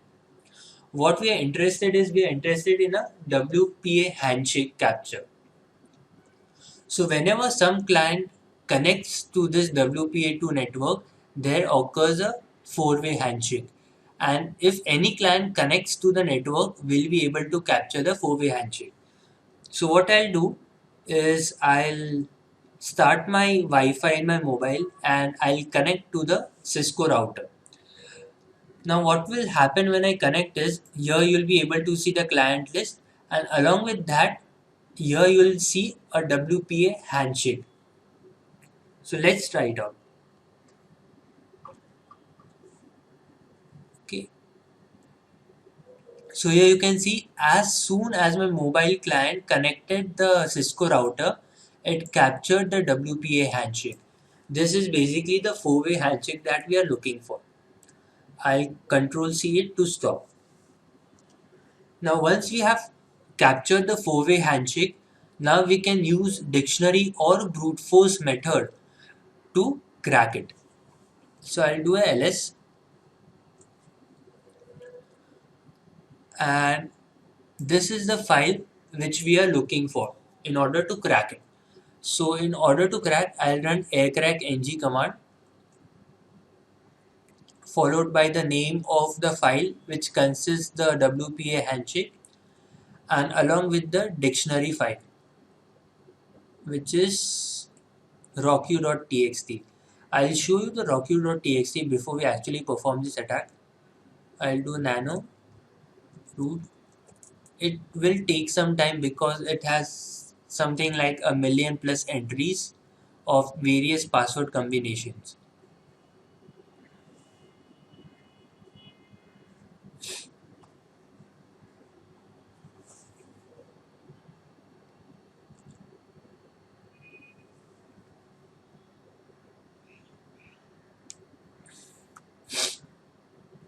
till the time it loads, I'll just explain you this command. So what this command will basically do is it will see the password, or it will grab the password from the rocky.txt file, and it will try to apply that password to the four-way handshake, and it will verify if the password is right or wrong. So here you can see there are thousands of entries of different types of passwords. It is basically a possible type of passwords which might be common among various access points. So I'll run this, and here you can see AirCrackNG is trying to crack a lot of password, and it finally managed to find the real password. Now it is not really that fast to crack such a combination of alphanumeric password. I had this entry inside the rocky.txt file. I'll just show you. I'll do a cat rocky.txt, and I'll grab.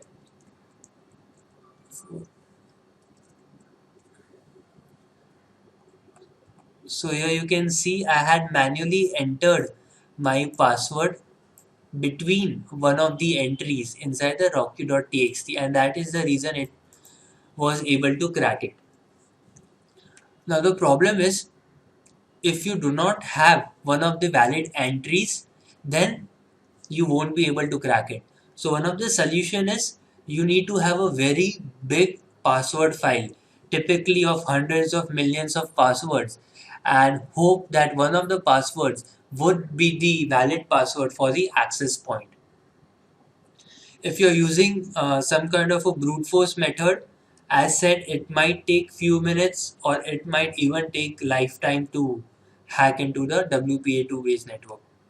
So we are really hoping if some kind of a solution comes up which can really speed up the WPA2 cracking process. So this is basic about WPA2 cracking. We'll be looking into various other passive based method through which we can crack WPA2. So I hope you got the basic information behind WPA2 cracking, and please try it in the practical session in your own labs. And thank you very much for watching.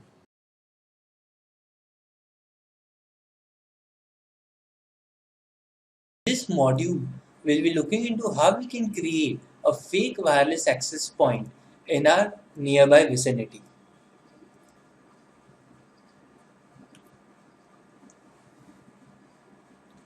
So let's revise on how exactly our laptop detects a wireless access point. So here we have an access point, and here we have a laptop.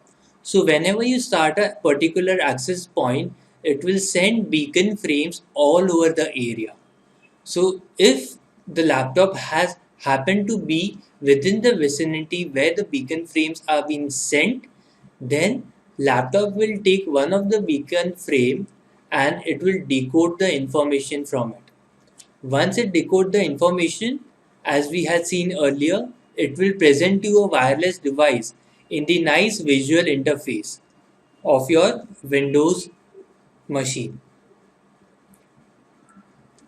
So our attack scenario is similar to what happens in the real world environment between an access point and a genuine Wi-Fi client.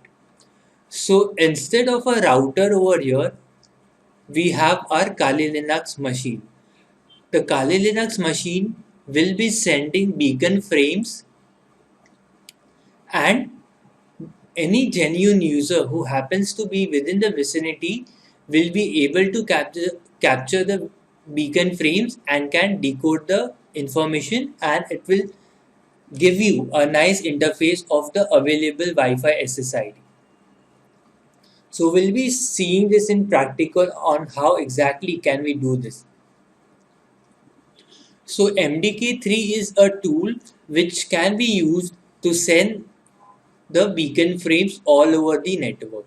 So we have three examples of the MDK3 tool. Let's analyze each one of them. The first one says send the beacon frames from the Mon0 interface through the MDK3 tool. B stands for beacon flood. That means it will flood the beacon frames all over the network through the Mon0 interface. Now the SSID of those beacon frames will be the random SSIDs. In the second example, we have specified that we want to do a beacon flood on a specific SSID which is called hacked. So whenever you run this command, you will see a new Wi-Fi with SSID hacked coming up in your area. In the third example, instead of specifying a particular SSID, we have a list of 10 to 12 SSIDs in the test.txt file, and we are saying to MDK3 is to send the beacon frames with the SSID names present in this particular text file. So let's take an example. So suppose if you have 100 names inside test.txt, within 2 to 3 minutes, MDK3 will broadcast beacon frames of all the 100 names. So you will be able to find 100 new Wi-Fi networks pop up in your area. This is basically used for spamming instead of attacking. So in our next lecture, we'll look into the practical session on how we can do. In this session, we'll be looking into how we can create a fake wireless access points in our vicinity. So I'll first verify if my monitor mode is enabled through airmon-ng command. And here you can see that my monitor mode is enabled. So we had discussed in our previous section that MDK3 is the tool which will be used to create the fake access points. So there is a test mode called as beacon flood. We have talked about beacon in the earlier chapters. So what I'll do is I'll open a new tab and I'll run Wireshark so that we can analyze the packet level details.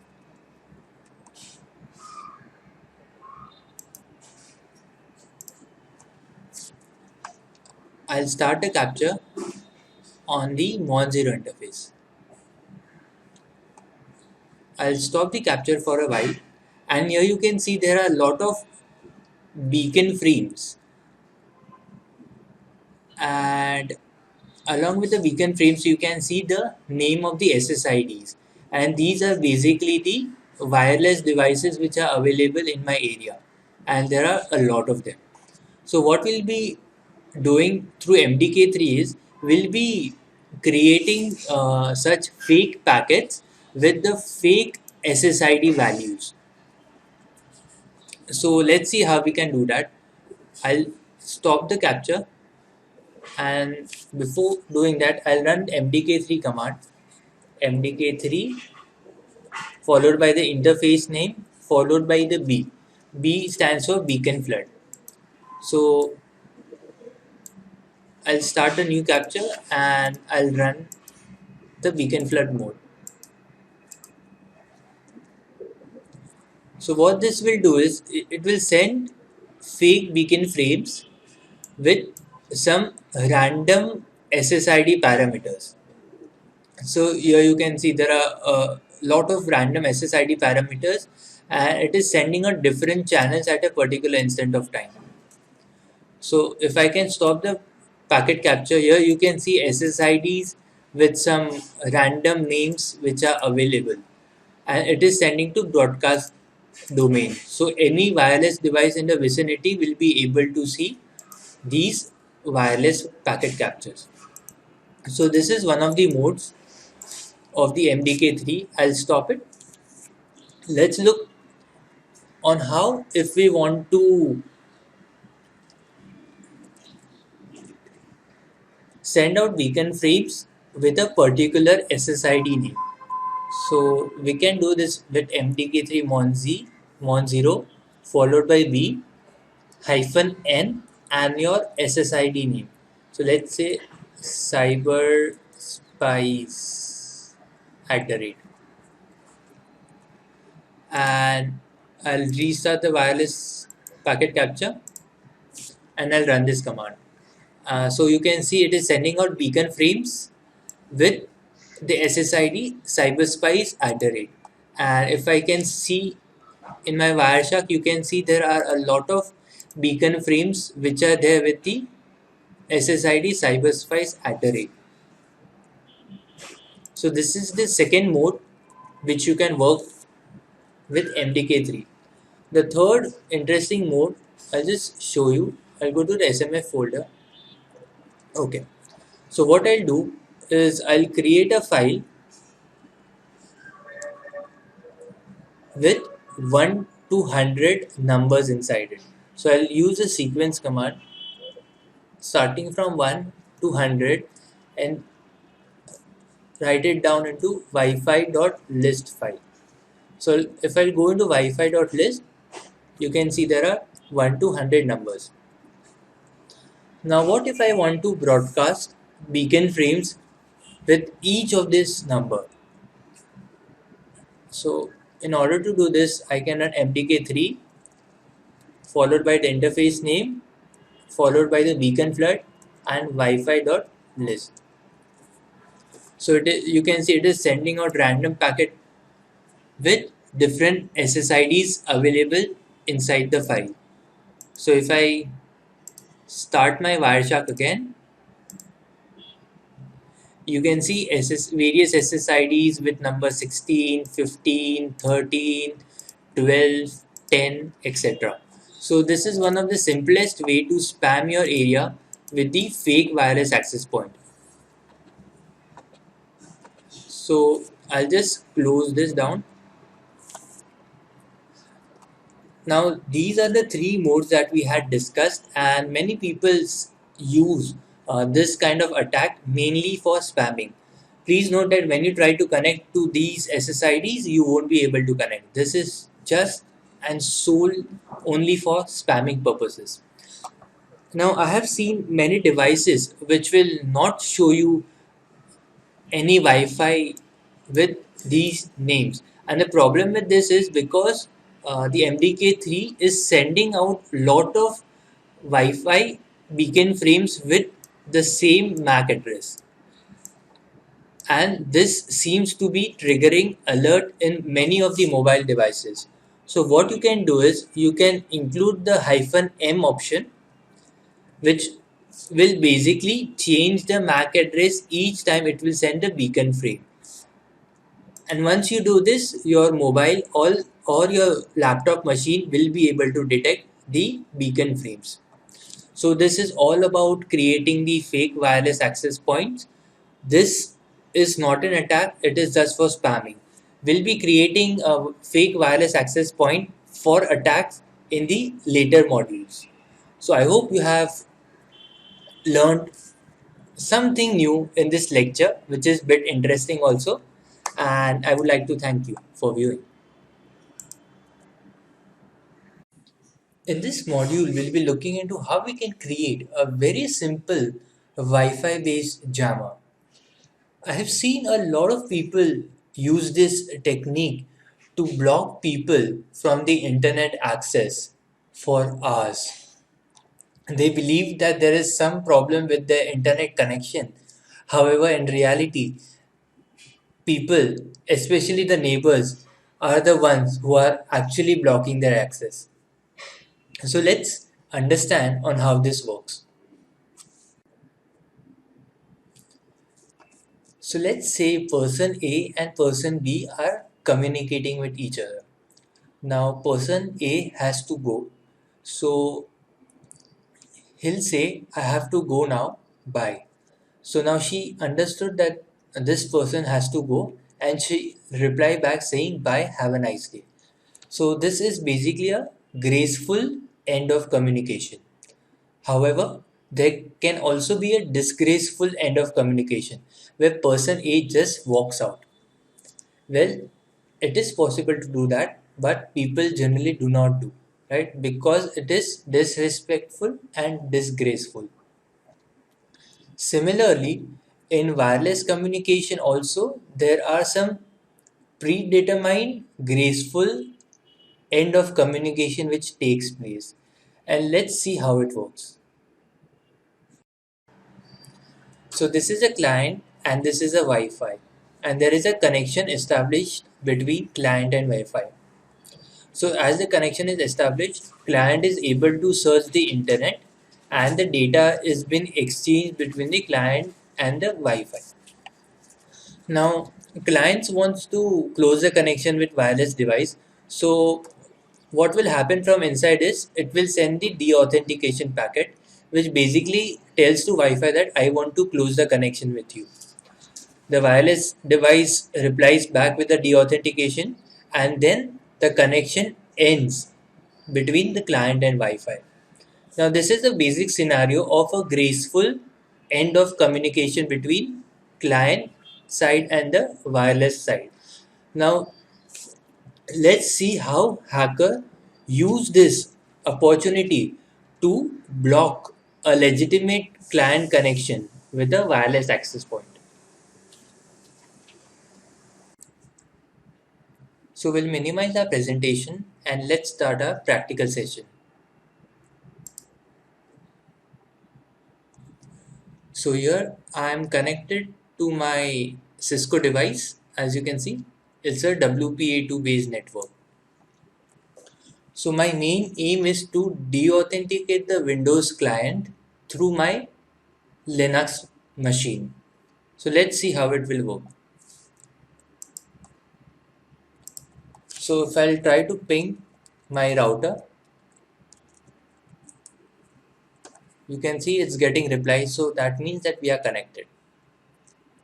Let's go to a Kali Linux machine.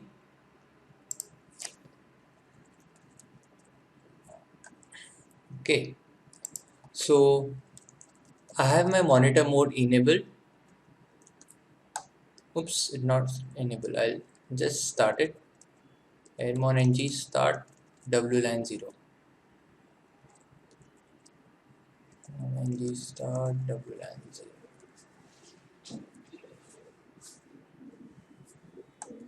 Okay. So I'll run aerodump command to see the available wireless devices in my vicinity. And we are interested with the Cisco device. So I'll use a tool called Air Replay to deauthenticate. So I'll type Air Replay ng, and here you can see that there is an attack called as deauth. Deauth basically is used to deauthenticate the clients. So let's try to run it. I'll run deauth followed by the BSS ID of the Cisco router mon0. I'll also run ignore -1. This is basically a bug, so we'll have to write this. So before we actually perform this command, I'll run the ping to my router machine in a continuous fashion, and here you can see we are able to successfully ping the router. Once I run this command, oops, I have to write the deauthentication packet value. I'll say 20.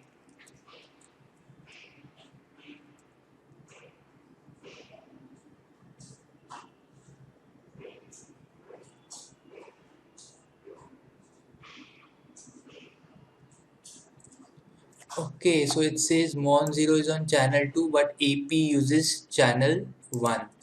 So I'll use iwconfig mon0 channel 1, and it will change the channel of my mon0 to 1.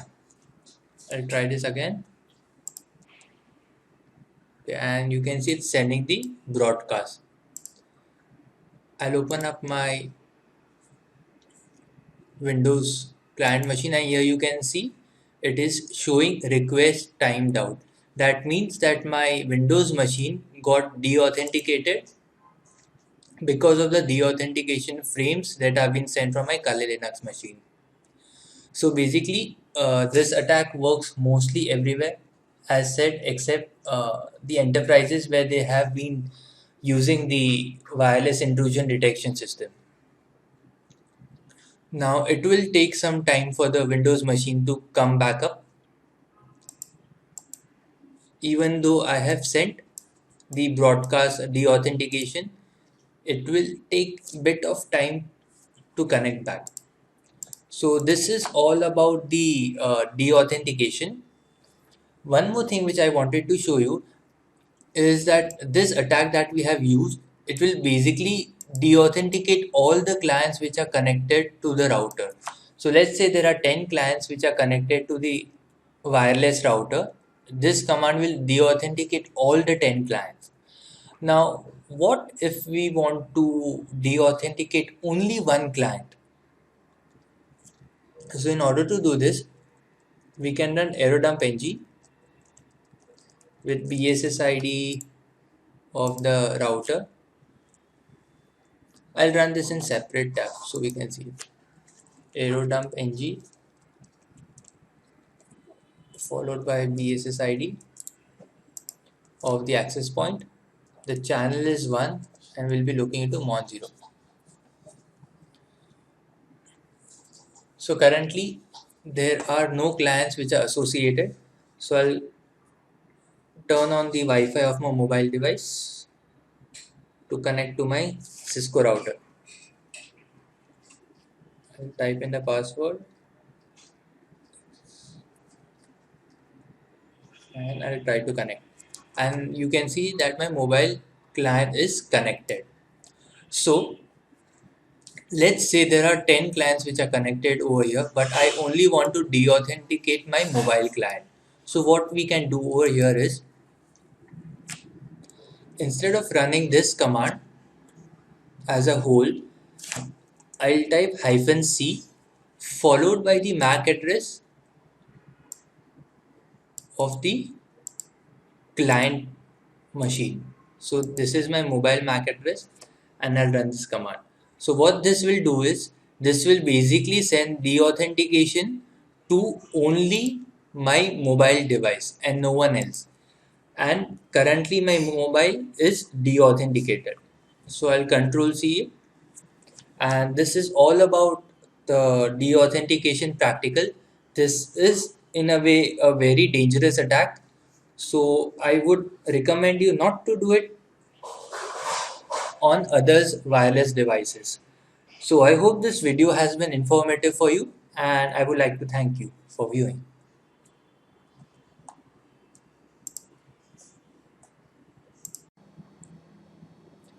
Since past few modules, we have been looking into various aspects of access point detection using the aerodump ng command, which not only gives us the name of the access point, but it also gives us various details related to the MAC address, the power, the number of beacon frames that it is sending, the encryption scheme which it uses, etc. Now, Aerodump ng is a very nice tool to do the Wi-Fi analysis, but the problem is it is command line. So in a way, if you have 40 to 50 Wi-Fi devices which are available in your area, it becomes a bit difficult to analyze each and every aspect of it. So from the later modules, we'll be using a graphical way of detecting the wireless devices through various tools such as Kismet. So Kismet is basically a very wonderful tool which not only gives us the graphical representation of the output which we typically see in the Aerodump ng, but it has a lot of different features. One of the very interesting feature is that it automatically decludes the hidden SSIDs. So in the previous modules, we had to run the aerodump ng command logged onto a particular BSSID and wait for the client connection to appear. Kismet, on the other hand, as soon as the client connection will appear, it will automatically replace the hidden SSID with a valid SSID name. Not only this, but Kismet can also work as a intrusion detection system and is used to detect various type of wireless attacks, such as sniffing from softwares like NetStumbler, etc. So it gives us a detailed information. Everything is graphical, and that is why Kismet is used lately a lot. One of the features that I like a lot about Kismet is that its ability to integrate with the GPS data. So what happens is, once you roam around your city with your laptop, you can actually map all the access point that you find through GPS. So next time you have a map and you know that a particular wireless access point is present in a particular area. So let's say red indicates WEP. So here you have around 6 web devices. So next time you roam around the city, you know that this particular location has a WEP devices, and this is possible to map with Kismet. One of the places where Kismet is generally used is when a person wants to have a detailed analysis of the available wireless devices in his street or maybe even in his city. So in order to do that, he can use various techniques such as war walking, war driving, even war flying. And let's look at each of them. So war walking is a technique where an attacker puts his laptop maybe on his hand or inside the bag with the wireless adapter and Kismet running. He walks around the area in his street, and Kismet basically will locate all the wireless devices which are available in the vicinity. He can then use the information to create a detailed map of the available Wi-Fi devices and their encryption scheme at a particular location. The problem with war walking is you cannot walk long distances. Maybe you can walk around your building or around your street. So the next thing that you have is called war driving. War driving is where a attacker or the analysis person puts his laptop along with the wireless adapter in his car and he drives around the city. Once he does that, he uses the available information, maybe through Kismet, to map the wireless devices throughout the city. So in this picture, you can see a attacker has mapped a lot of wireless devices in his city with their GPS data, and this is what exactly you can do with the war driving. Along with this, there are various other terminologies like war flying, where attacker has his laptop along with a very powerful antenna uh, inside his plane, and he drives the plane across the cities to locate the GPS Wi-Fi devices available. I guess war flying is a bit too extreme, and at a personal level, it is out of my financial capacity to do a war flying. But would be interesting to see if any one of you can afford war flying. Anyways, along with war flying, I have seen so many funny things like war cycling, where attacker puts on his laptop along with the Wi-Fi adapter and cycles around the city. And this one is very interesting. I really do not know what to say to this type of thing, but seriously, people are finding a very innovative way to locate locate the Wi-Fi devices in your area. If you have one of the innovative ways to do this, please share a photo along with me. Even I might want to do it someday. So this is all about this module. In next module, we'll be looking into the Kismet in much more greater detail, and we'll see how we can use various features to make our analysis life easier. So I hope this lecture has been informative for you, and I would like to thank you for. In this module, we'll be talking about Kismet, and also we'll be doing war walking. For all the three, war walking, war driving, and war flying, Kismet is generally used. So I'll open up the terminal and I'll type Kismet and enter. So it is saying Kismet is running as a root. I'll say OK. I'll say automatically start Kismet server, yes. Startup options should be default, and here you can close the console window. Kismet started, no sources defined. Okay, so here you'll have to enter the source, maybe WLAN 0 or Mon 0 interface. So I'll use WLAN 0. I do not have Mon 0 started yet. Add. Okay, so here you can see there are a lot of SSIDs that are detected.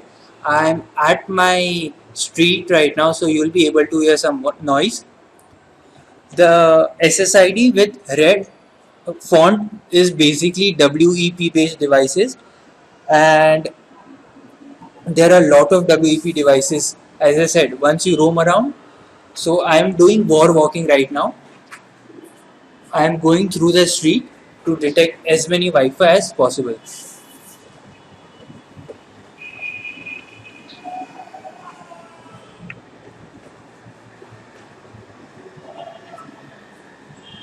So already within 1 or 2 minutes, we have 10 to 11 WEP based devices. I'm getting a bit tired. My laptop is a bit heavy. Okay, I have been doing war driving occasionally, but this is the first time I'll be doing war walking. I'll walk only for some more moments now, and then we can analyze the data.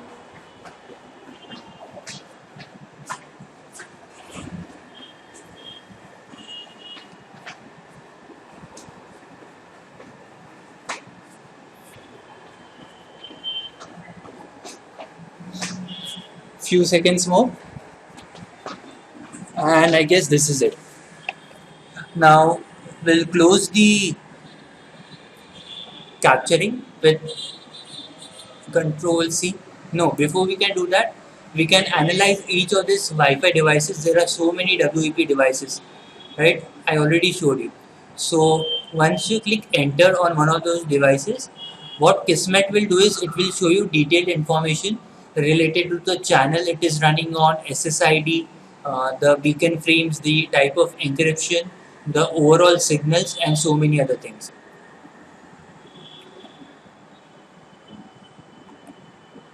You can even use a mouse. It does not work properly always. Okay, I'll close the window.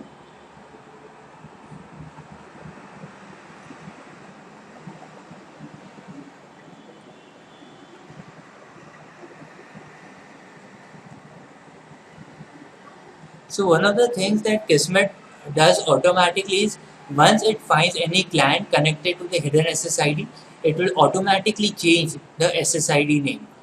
So we don't have to manually lock onto a particular channel in AeroDump. So if you see over here, I already have 168 networks within my street. I just walked for 2 minutes and there are so many networks over here. And this is the reason why I always tell people to secure their wireless networks. So I'll Control C it,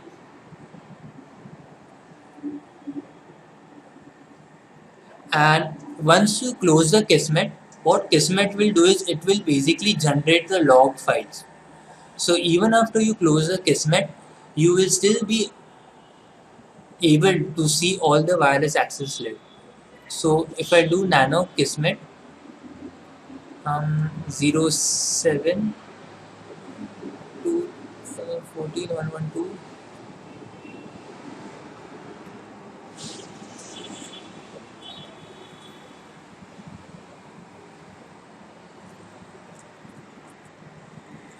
zero one one dot net.